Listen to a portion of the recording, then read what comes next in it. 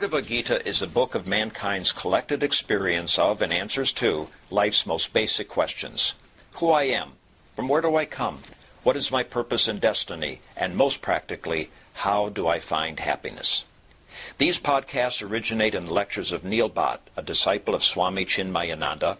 They are presented here in 20 to 30-minute segments, each covering 3 of the Gita's 701 verses. Welcome to Gita Wisdom for Daily Living. So we are now discussing Chapter 2, Sankhya Yoga, Yoga of Knowledge. So we have discussed last time that in our Darshan Shastras there are 6 schools of thoughts. One of them is Uttar Mimamsa, which is Vedanta, depending on the knowledge declared in Upanishads. And in Upanishads there are 4 great statements of truth. One of them is Tat Tvam Asi, that thou art. Student asking the teacher, what is my relationship with that Almighty, the Lord, who is all-pervading, omnipotent, omniscient? And the teacher answered, that thou art. You are that. That which you are seeking is your own self. That statement, that Mahavakya, is elaborated in Bhagavad Gita in 18 chapters, according to many commentators. Out of this 18 chapters, the first 6 chapters describes you part of that statement, that you are. The first 6 chapters describe who we are as individual beings, all about us and our limited self. The next 6 chapters describe that ultimate self which I am trying to seek, its identity. Who is that? What is that? Which has control over my life and on this universe. That none other than your own self. So that aspect is then described in chapter 7 through 12. The first 6 chapters culminates into Dhyana Yoga, Yoga of meditation. Once I learned about my own self, then I contemplate on it. I learned from the books, learned from the Guru, now I contemplate on it. And that is Dhyana Yoga, chapter 6. Then 7 through 11 describe what the nature of the ultimate self is. That culminates into Bhakti Yoga, Yoga of devotion. Once I know the nature of that self, that ultimate self, the supreme self, then I develop devotion. Devotion is nothing but love for the divine. And love is nothing but identification. I cannot identify with anyone unless I know the nature of that person or that thing or a being. Then only I can identify with that person. I cannot identify with the Supreme Self unless I know the nature of it. So the next set of chapters will basically describe the nature of that Self. After knowing about him, I can develop devotion for him, for that Supreme Self. In the last 6 chapters, is the synthesis connecting these two. I as the individual and him as the supreme. The connecting chapters are the chapter 13 through 18. And that culminates into moksha, yoga of liberation. If I can unite these two, if I can remove the parallax between these two, right now I have parallax. I see myself differently. I have dual vision. I can tell you that because I've just gone through eye surgery. And they keep testing me every 4 weeks or so. And so what do I say? I still see double. It's okay, then you continue your drops on 6 more weeks. That parallax removal will give me the 20/20 vision, if I can. So here, if we can remove this parallax between the I, the individual, and I, the supreme, then I'll have liberation. And I'm liberated from the confusion about who I am and who the God is. So that's the quest of learning Bhagavad Gita. We have started chapter 2. The real teaching starts from chapter 2. So far we have seen the scenario, what Arjuna has faced in chapter 1. We have seen that he was enthusiastic in the beginning. He was all driven by his desires and his ideas and his ego about who he is. He is the best among all the archers. His desire is to set the score with Duryodhan and get the kingdom. And then when he saw the enormity of the task, he breaks down. So we have learned in our discussions of Tattva Bodh and Atma Bodh that our thinking entity has 4 parts. Mana, Buddhi, Chitta and Ahankar. With the same entity, thinking entity, has 4 aspects. Just like I am a one person, but I can be a father at one time, an architect at another time. Chitta, which is the thinking entity, has 4 parts. When it is receiving the information from outside through the senses, it is mind. And at that point, it does not know whether this information is valid or invalid, and therefore it is in a doubt. To be or not to be, that's mind. Once that information passed on to the intellect has a memory bank of all the previous experiences. Based on that memory bank, intellect will decide what it is all about.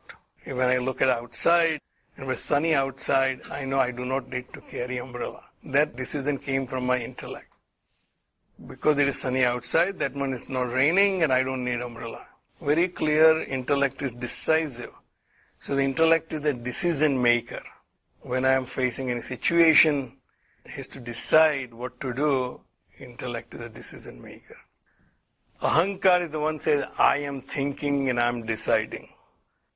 So intellect is a very important part in taking the decision in any situation. What we have seen here is, intellect is very capable in situation is very clear, cut and dried. It's not raining outside, I don't need umbrella.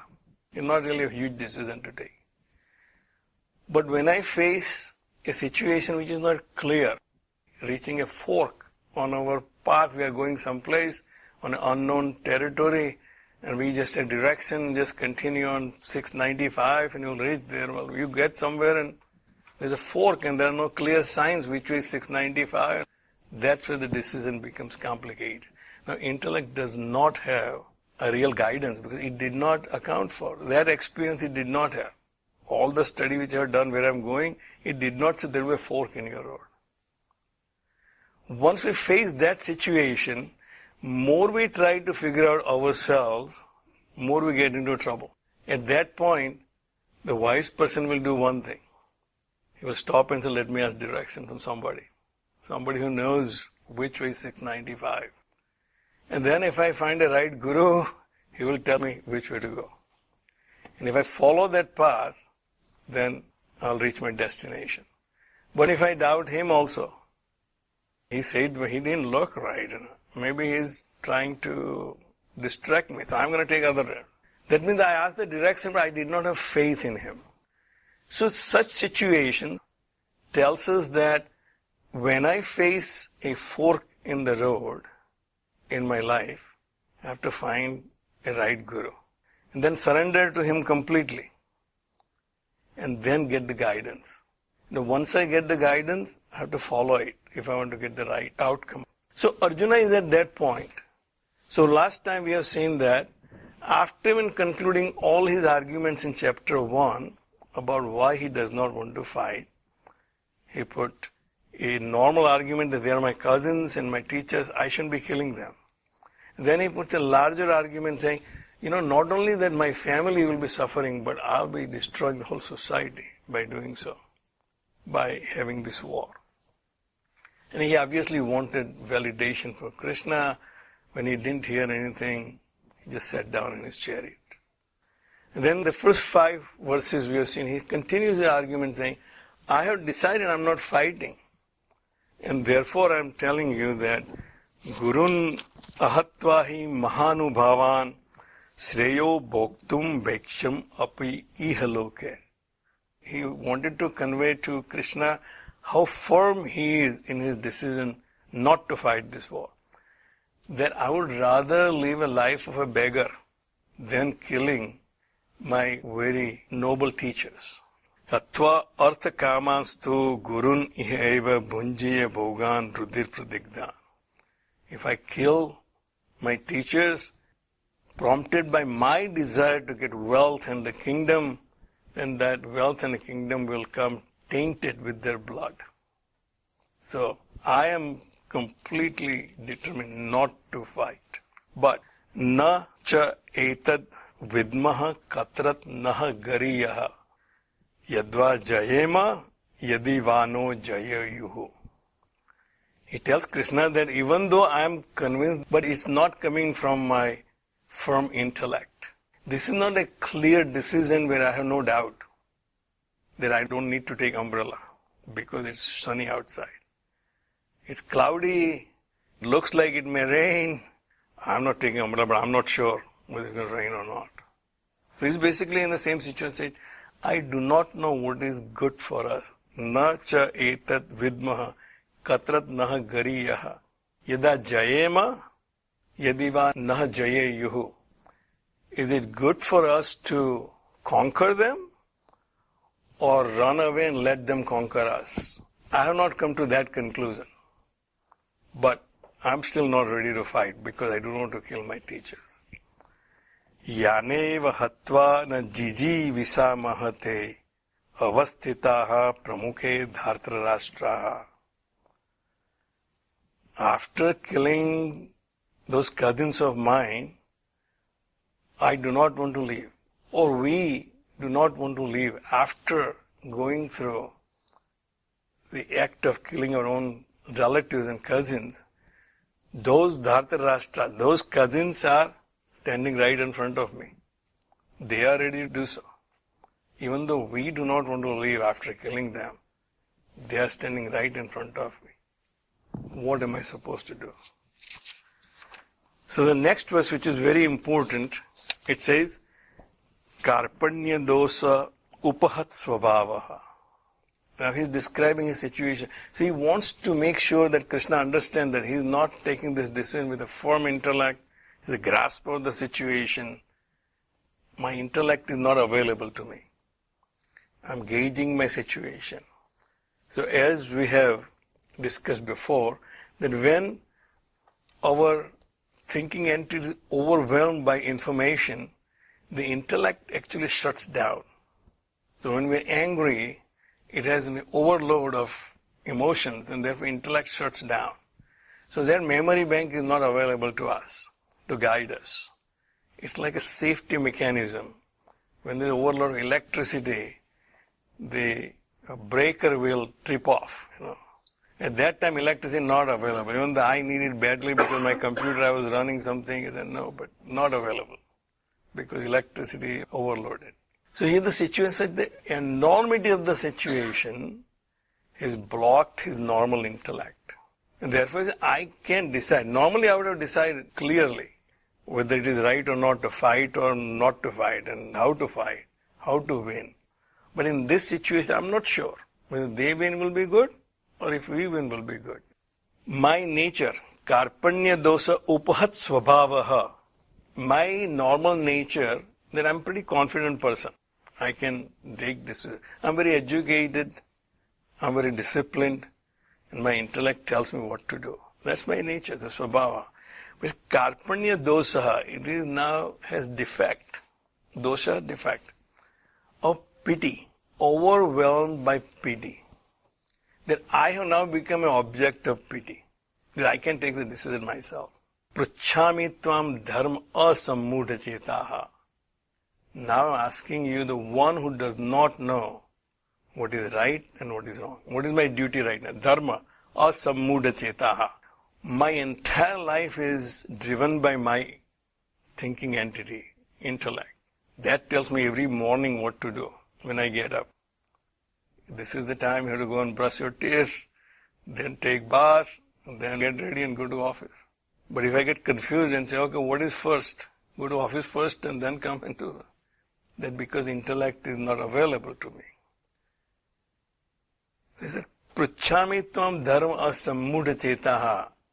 I am dumbfounded in my intellect of what my duties are, or what is my duty right now. I'm facing this situation. My cousins and my teachers are right in front of me. They are ready to fight. I think that after killing them, I'm not ready to leave. But if I kill them, whatever I gain will be tainted by their blood. So I'm asking you, yat shreyaha Sya nishchitam bruhi tanme. Therefore, O Krishna, you tell me what is good for me. Nishchitam, without any alternative. Don't give me two alternatives. You can do this and also you can do this.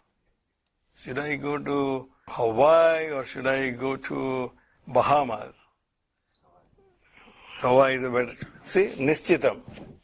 But then Neil, you can go any. Both are good. Well, that's not really much help. But when you say Hawaii, it's a nishchitam. Tell me without any other option which is good for me. Shreyaha. So, Swamiji explains here that in life we encounter both Shreyas and Prayas. That which is good for me, and there's also Prayas which is pleasant. So I came across a verse which says, Anyat Shreyaha, Anyat Preyaha. Something is Shreyas and something is Prayas. There. Ubhe nanarthe purusam sinnita. Both bind the person differently. Shreyas bind you differently, Prayas bind you. If I follow the path of Shreyas, it will have one outcome. If I follow the path of Prayas, it will have another outcome. Tayaha Shreyaha Adadanasya Sadhur Bhavati. One who follows the path of Shreyas, he becomes a holy person. He becomes a good person to evolve as a divine being. Sadhur Bhavati. Athatiya Uprayo Vrunite. But the one who chooses the other one, the Prayas, he falls from his dharma. So, if I follow the path of Prayas is what is pleasant to me. As we discussed last time, our vanities and our ego is pleasant actually. I feel good when I think I'm better than everybody else. And I feel good when I say, oh, I did it. It's the one who chooses the path of Prayas. It feels good, but not good for me. Shreyas is, it may or may not feel good, but it's good for me. My cardiologist, he asked me, so what are you doing, Neil? Your results look good. Exercising. I said, well, I do at least 4 times a week. Oh, that's good, that's good. Well, how about carbohydrates? Well, I have a little problem there. Because it feels good to eat rice and chapati than anything else, but not good for me. Exercise, it may or may not feel good. I may enjoy it. I have a right frame of mind. I may not enjoy it. I'm not, again, I still have to do that. But it is good for me in any case, whether I feel good or not. Arjuna asked Bhagavan, tell me what is Shreyas for me. Running away would have been comfortable. But tell me what is Shreyas for me. Yat Shreyaha sya nishchitam bruhi tanme. You tell me what is really good for me, whether it feels good or not. Sisya teham sadimam tvam prapannam. And you tell me this because I'm making this commitment that I'm your disciple. Whatever you tell me, I will believe that, I will have faith in it, and I'll follow that. That's called sisya. We listen to news, we're getting information, but we are not sisya. We get information, we like it, we may not like it. They may tell us something on the TV, stop taking such and such medication. I think it was about calcium or something else I was taking. And so I went and asked my doctor, and so I saw on TV that I shouldn't be taking this medication. He said, Neil, don't listen to those doctors on the TV. Do what we tell you to do. We are your doctors. We know what is good for you. So there we are following because we have faith in that doctor and we are getting benefit of it. So sisya teham sadimam tvam prapanam. Therefore you instruct me what is good. I told you what I think. I am not ready to fight. I don't even have mental or physical strength to fight. I am so confused that I do not know whether it is I should fight and win this war or I should run away and let them win this war. I don't know what is good for me. So you tell me, I am now your sisya. So this is a turning point in his dilemma. He was deluded, he tried to find answers, but he could not find answers. And the lesson to be learned here is, when we are not absolutely sure about our decision, please know that it is not your intellect telling you. It is your mind telling you, because you're not sure about it. Should I invest in this investment or not?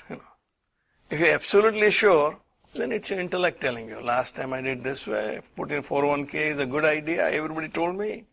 It has been proven contributing to 401k is a good idea.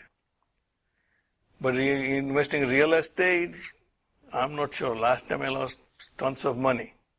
But it seemed like everybody is now making money again. Should I invest in it or not? That's my mind debating, not really intellect telling me. Intellect does not have a definitive information. Therefore, every investment comes with a little disclaimer. Past results do not guarantee the future returns. Arjuna said that, tell me definitively what is good for me. So, the next verse says, Nahi prapasyami mama apanudyat yat shokam uchchoshanam indriyanam. And he said, I'm telling you because here is my condition. I do not see what would remove the sorrow which is burning my senses. Avapya bhumau asaptapnam ruddham rajyam suranam apicha adhipatyam. Because I don't think that even getting this kingdom or even the lordship over the devas can remove the sorrow from my heart. So basically I say, any amount of achievement with my own effort is not going to take away this conflict I have in my heart, whether to kill my cousins and my teachers. And therefore, I really need to know what is right for me, what is my dharma, and I'm just surrendering to you.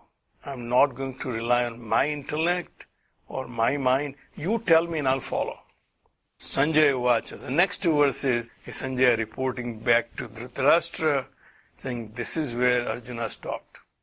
Krishna told him that what happened to you? Where did you get this weakness of your heart? Get rid of this weakness of heart and get up and fight. And Arjuna still said, I am not ready because I do not know what to do. Evam iktva hrusikesam gudakesaha parantapaha na yotsya iti govindam uktva tusnim babhuvaha. Having said this to Hrusikesha, Gudakesha, Parantapa, Arjuna, in his nature, he is not changed, nothing has changed. He is still the scorcher of the foes. He can win over any of his enemies. But he is confused. Therefore, na yotsya, I will not fight. Having said this, he became silent. So Swamiji says here, this silence is like a deer in a headlight. You are completely stunned by the situation. You do not know which way to go. When somebody hears a very shocking news, he or she does not know how to react. At that time, you are completely stunned. Here, Arjuna is Tusnim Babhuvaha. He became completely silent. And then the next verse is Tam uvacha Hrushikesaha prahasanniva bharata. Senayoho ubayoho madhye visidantam idam vachaha. Prahasanniva. As if smiling, almost smiling. Krishna, tam uvacha Hrushikesa.